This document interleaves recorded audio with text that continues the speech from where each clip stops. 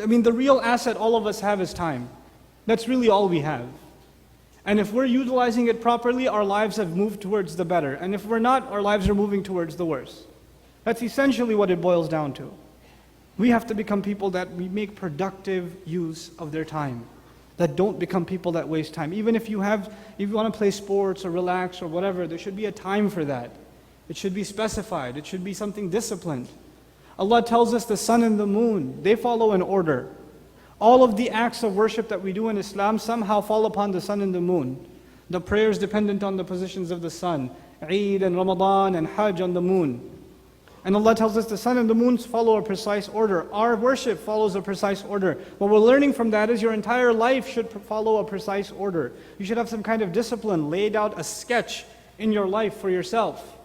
Otherwise you'll keep thinking, I should get that done, and you'll never get it done because you never made time for it. You never found the specific time for it. And for each of you, this is going to be a very personal affair. You're going to have to look at your own life and see, where can I make this change? You know, our students, I have 1 minute left, I'll tell you what I told my students. Our students, they come from all over the United States and they come, to our 10-month program, and it's very different, It's not like being at home. It's very different. So I have to orient them, and part of their orientation is, look, the way you wake up and the way you go to sleep is different now. It's not like when you were home. You really have to be careful when you wake up, when you're going to go to masjid for Fajr, what are you going to do after that, when you're going to eat, when you're going to get to class, when you're going to do your homework, when you're going to hang out with your friends to keep your sanity, when you're going to go to sleep. You're going to have to discipline yourself if you're going to get through this successfully. And if they can create that kind of discipline in their life in these 10 months, wallahi, it will benefit them for the rest of their lives. They'll be the better for it, if they can have that kind of discipline. We're just the people, once we start playing a video game, we lose all track of time. Once you start texting someone and start drooling, you just forget the sun goes up and down, it doesn't matter to you.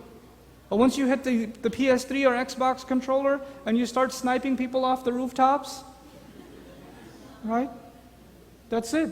Regimes could change. The world could change. The stock market could crash. You wouldn't know, you're in your room going, that's who you are. We have to show respect to time. That's the real change we bring in our lives. Stop complaining about stuff. All of that will happen when you personally bring a positive change in your life, and that of disciplining yourself.